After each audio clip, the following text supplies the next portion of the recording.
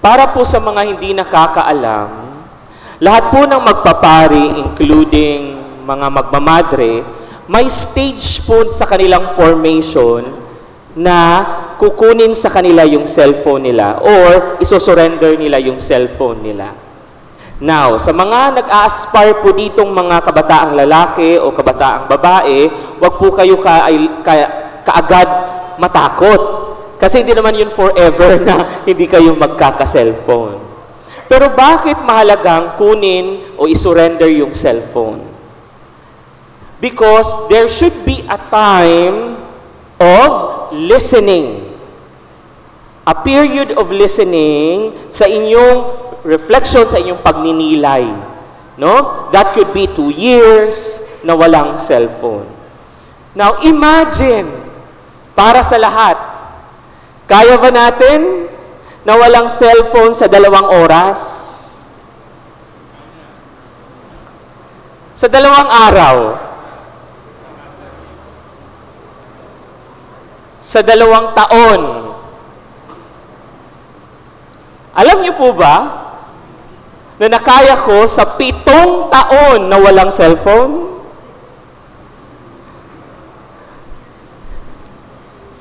Umabot po sa point na I really voluntarily did not have to keep a cellphone. Bakit po? Dahil nung simula po ng aking formation, na-realize ko po nakakatulong at nagiging sensitive ako sa pakikinig sa Diyos kapag hindi ako dot-dot ng dot-dot, scroll ng scroll. Alam niyo po ba na nag-i-increase ngayon ang mga nagko-confess? At alam nila na parang may kasalanan sila na nauubos daw ang oras nila sa kaka-cellphone. Tama, mali.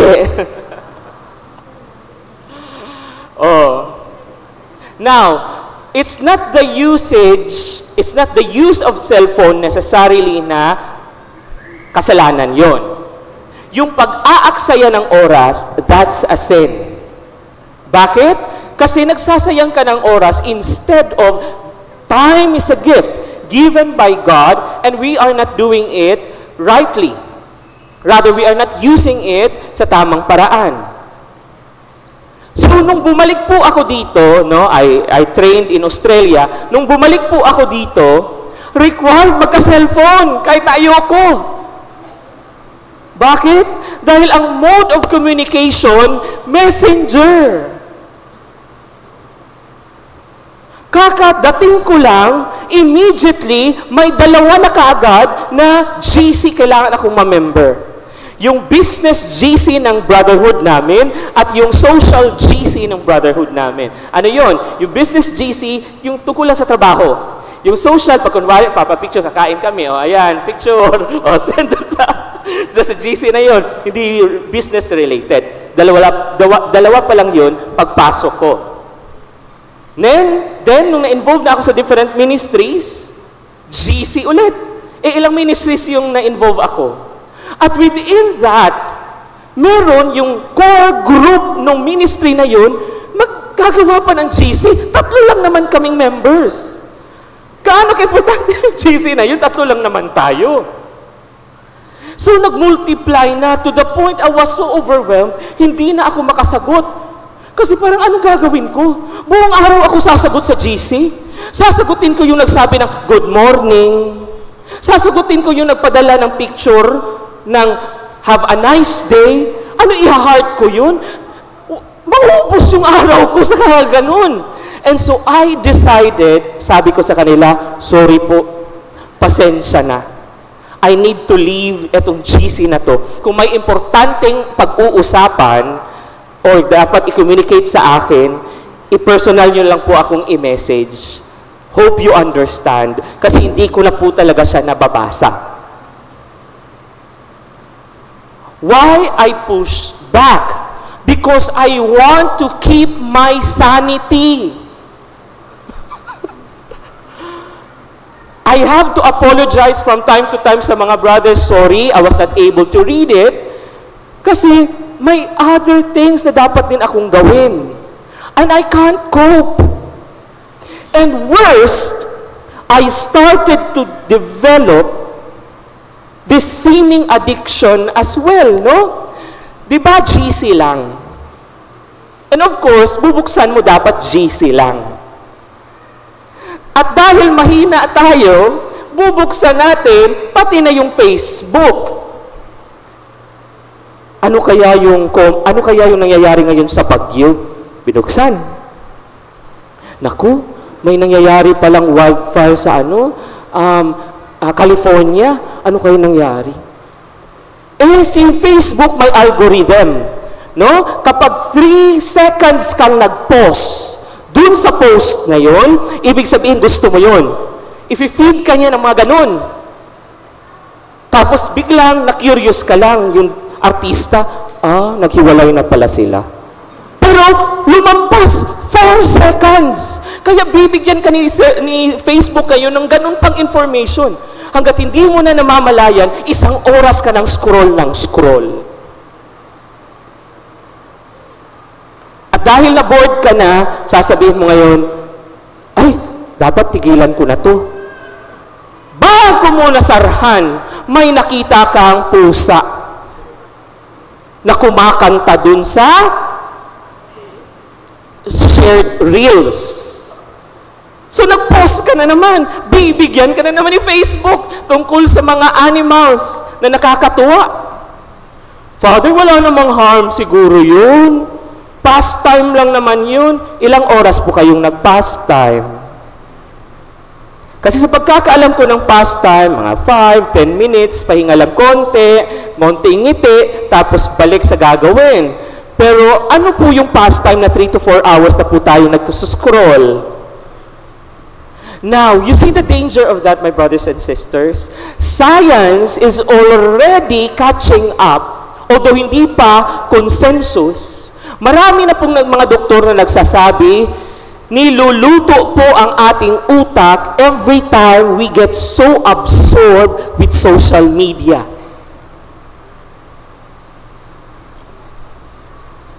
And our brains will become clouded in its capacity to think. Now, anong danger nun? Baka hindi natin nakikita yung danger. Hindi po pwede ang isang Kristiyano hindi na nag-iisip. Nag-go with the flow na lang. Dahil tayo po, di ba, sabi natin, ang nagsindi nitong ilaw, walang iba kundi ikaw, bro. Pero si bro, ibinahagi niya ang ilaw sa atin. We become the light of the world now. Paano tayo magiging light of the world? Kung hindi tayo nagliliwanag sa malinaw na pag-iisip because we are controlled by the social media. Social media is a business. It's designed to make it addictive. Search nyo lang yung sa YouTube. Social media addiction, yun. Good luck. Kasi manonood ka na manonood naman doon. You know? But it's slowly getting established grounding na nakaka-addict po talaga siya. Now, while this is very dangerous, my brothers and sisters, we have to remember God has commissioned us to do something for the kingdom. May iniutos po ang Diyos na dapat nating gawin sa kanyang kaharian. Alam niyo po ba kung ano ang pinapagawa ng Diyos sa inyo? I bet your answer would be, hindi po, Father. Bakit hindi? Hindi nyo alam? Dahil supposedly, after baptism, alam nyo na po ito. Nagkaroon po tayo ng clarity. Kaya lang, bininyagan po tayo when we were very young. Wala po tayong recollection ng ating binyag. But our baptism is very important. Kasi yung moment na yun, dun po tayo kinumission ng Diyos to do our mission. You see, in our gospel reading, it's very clear kay John the Baptist. Ano ang mission niya? Paano niya nalaman? Pumunta po siya sa isang lugar na walang signal, sa disyerto. Hindi niya po inalam to sa kakapanood ng TikTok para malaman niya yung mission niya. Hindi po. Pumunta po siya sa disyerto. And so, don't be surprised, therefore, na kapag nag-create po kami, nag-organize po kami ng mission dito, dinadala po namin sila sa mga lugar na walang signal. Yung recent Mindoro mission po, nakasama ka ba? Yung recent Mindoro mission po, no? Sa mga bundok po yun na walang signal. 5 days po silang walang signal doon. Para marinig po nila ang Diyos. Nung narinig ni John the Baptist ang Diyos, alam niya that his role will be to prepare the way of Jesus. Ihanda ang mga tao para sa pagdating ni Kristo. And, nung si Kristo na dumating, even si Kristo nagpabinyag kay John the Baptist.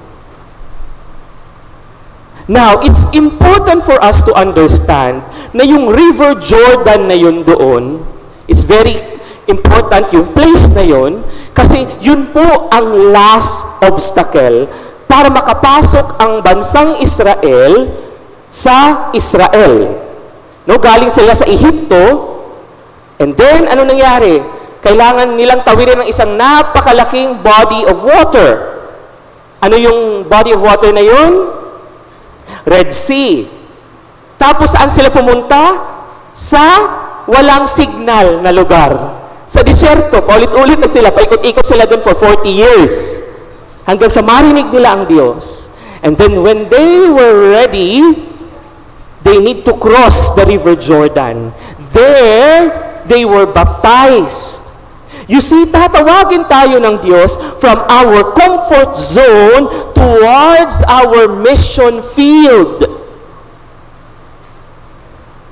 Kailan yun nangyayari? Kapag bininyagan tayo. Unfortunately, wala tayong recollection sa ating binyag. And so we need another help. And that is yung Holy Spirit na pumasok kay John the Baptist, lumukob kay Kristo, yun po dapat ang i-allow natin kumilos sa buhay natin. We need to allow the power of God through the Holy Spirit to move in us para magawa natin yung mission natin. But there's a third thing na dapat nating ma-realize. Si Kristo po, narinig niya ang boses ng kanyang Ama. Hindi po natin alam kung narinig yun ng iba na nandun sa River Jordan. We cannot be sure. But regardless, what's the point of that is, narinig ni Kristo yung boses ng kanyang Ama. This is my beloved Son, I am pleased with Him. Bakit kailangan niya yung marinig? Because He will begin His mission. At bago nagsimula sa mission niya, ano ulit? Pumunta na naman siya ulit sa lugar na walang signal for 40 days. Para magkaroon siya ng clarity kung ano ang dapat niyang gawin for His mission. And then He went on for His mission. Alam niyo po ba kung bakit hindi nagbabago ang mundo? Bakit hindi nagbabago ang Pilipinas? Dahil maraming mga Kristiyano, maraming mga Katoliko na nananatili sa kanilang comfort zone. They do not cross the River Jordan. Ayaw nilang pumunta doon sa kabila kung saan ang mission field. Kahit na nabinyagan na sila. Kahit na na-anoint na sila ng Holy Spirit nung binyag. Hindi sila aware na meron silang kapangyarihan para i-fulfill ang mission nila. And masyado silang takot dahil hindi nila naririnig ang boses ng Diyos. At bakit hindi nila naririnig ang boses ng Diyos? Sabi ni nanay, sa kaka-cellphone mo yan.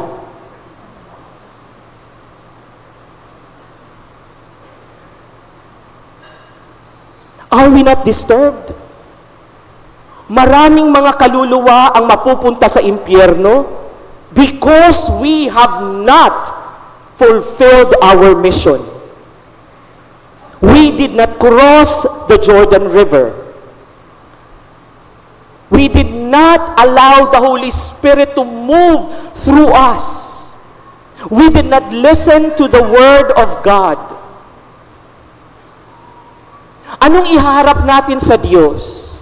Pagdating natin sa ending, sa judgment. Lord, salamat po. Dahil araw-araw, oras-oras ko pong sinishare yung Jesus na nakangiti at naka-approve. Alam kong yun po ang dahilan kung bakit ako mapupunta sa langit. Hindi po yan sapat, mga kapatid, na i-share natin si Kristong nakangiti, naka-approve. Saan po galing yung picture na yan? We need to fulfill our mission. Konti lang po ang tatawaging magiging pari at madre. The rest of you will be called into the married life. And so your mission field is your family. Are we allowing God to work through you in your marriage so that God can build His kingdom in your family? What's the point of going to Mass if we are not following what the priest said at the end? Ite missa est. Go and do your mission. Hindi lang po yun sinasabi nila, Father, paiba-iba po yung version na yun, pero hindi po sinasabi nila, Father, bye, see you next time, praise the Lord. Hindi po yun ang ibig sabihin ni Father. Liturgical po na language yun. Pag sinasabi ni Father na go, ang ibig sabihin nun, ang nasaksihan natin dito na misyon ni Kristo, ngayon dadalhin natin paglabas natin sa simbahan. Do we bring that to our family, to our workplaces, to our community? Marami pong kaluluwa ang naghihintay. Kung nakaupo lang tayo, ilang kaluluwa ang na-assign sa'yo na mapupunta sa impyerno kapag hindi mo na-fulfill yung mission mo. Hindi po ako nananakot. God will do something, definitely, sa kanila. But it's the question of, are we really paying attention to our mission? Wala pong exempted maliban sa mga hindi pa nabinyagan. We are all commissioned by God by virtue of our baptism. We are anointed by God, by the Holy Spirit, and He kept on encouraging us. Kapag hindi po natin siya magawa, then deactivate Facebook hanggang marinig po natin ang Diyos. We cannot allow Mark Zuckerberg and his team na dalhin tayo sa lugar na hindi na natin magawa ang misyon natin.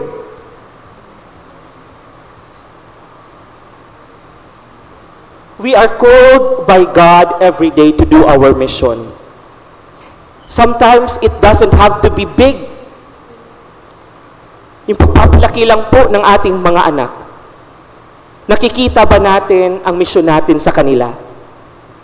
Nakikita ba natin na may kapangyarihan tayong ibinahagi ng Diyos para palakihin sila?